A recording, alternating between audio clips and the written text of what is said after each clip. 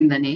అట్లాగే ఏదైతే మనకు దక్కలేదో దాన్ని చూసి అసూయపడ్డం ఎవరికైనా సర్వసాధారణంగా మనుషులకుండేటువంటి లక్షణం అది. మానసిక వైకల్యం కింద ఉంటది జనరల్‌గా వాస్తవాలను తెలుసుకోలేకపోవడం అని. ఇప్పుడు జగన్మోహన్ రెడ్డి గారు ఎన్ని సార్లెళ్లి ఢిల్లీ ఎళ్లి వెంకటేశ్వర స్వామి విగ్రహాలు ఇచ్చి వచ్చినా సరే, జగన్మోహన్ రెడ్డి గారికి, మోడీ గారి దగ్గర ఉన్నటువంటి ప్రయారిటీ ఏంటి అనేది మనందరికీ తెలుసు. అలాగే నిన్న పవన్ కళ్యాణ్ గారు సభలో మాట్లాడుతూ దగ్గిన దానికి ఆయన ఎంత అఫెక్షన్ కళ్యాణ్ గారి మీద లేకపోయుంటే, ఆయన కాఫ్ టాబ్లెట్ ఇస్తారనేది మనం అందరం ఊహించుకోవచ్చు.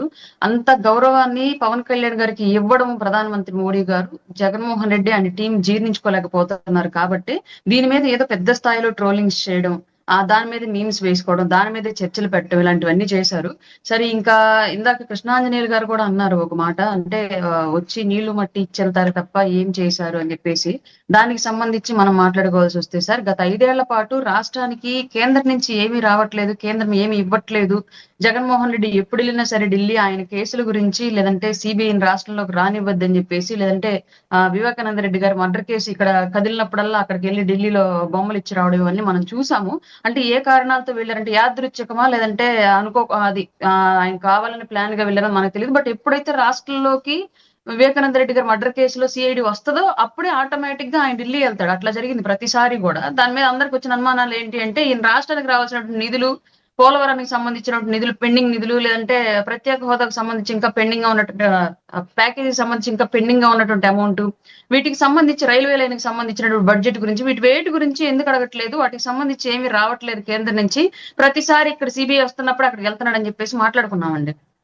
కానీ ఈసారి మనం గమనించాల్సిన విషయం ఏంటి అంటే, ఇందాక సార్ అన్నట్లుగా మనకు రావాల్సినవి ఇస్తున్నారు అని జెప్పేసి అన్నారు. మనకు రావాల్సినయి అదనంగా కూడా కలిపి ఇప్పుడు టైంకి ఇస్తున్నారు అంటే ఇది క్లియర్‌గా కూటమి మధ్య ఉన్నటువంటి సఖ్యత, రాష్ట్రంలో ఉన్నటువంటి ఇద్దరు నాయకుల పట్ల ఉన్నటువంటి నమ్మకము, ఇచ్చినటువంటి ప్రతి రూపాయి ప్రజల కోసం వినియోగింపబడిద్ది. రాష్ట్రం అభివృద్ధి దిశగా ముందుకెళ్ళిద్ది. తద్వారా బీజేపీ గూడా రాష్ట్రంలో ముందుకు వెళ్ళొచ్చు. ఆంధ్రప్రదేశ్‌లో బీజేపీ యొక్క బలాన్ని కూడా విస్తరించుకోవచ్చని బలంగా నమ్ముతున్నారు గాబట్టే టైమ్ టు టైమ్ మనకన్నీ కేటాయిస్తున్నారు. దానికి సంబంధించి కోకొల్లలుగా ఇప్పటివరకు ఈ 10 నెలల్లోనే మనం అనూహ్యంగా కేంద్రం నుంచి ఎన్ని నిధులు రాబట్టామో మనం తెలుసుకోవచ్చు సార్.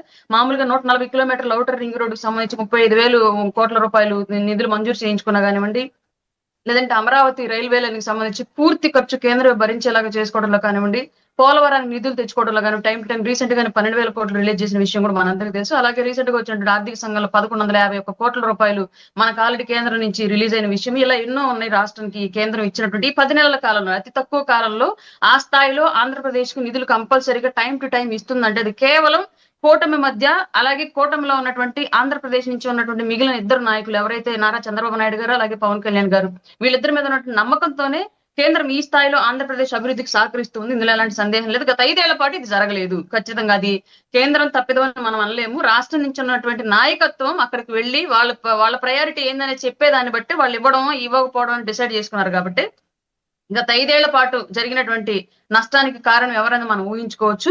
ఈ 10 నెలల్లో రాష్ట్రానికి కేంద్రం నుంచి అందుతున్నటువంటి సహకారానికి కారణం ఎవరనేది కూడా మనం ఊహించుకోవచ్చు సార్. మనం చేయలేని విషయాన్ని ఎదుటోళ్ళు చేస్తూ ఉంటే మన చేతగానితనాన్ని ఒప్పుకోలేక ఎదుటోళ్ళని గేలి చేయడం అనేది ఇప్పుడు రాజకీయాల్లో చూస్తా ఉన్నాం జనరల్‌గా. అది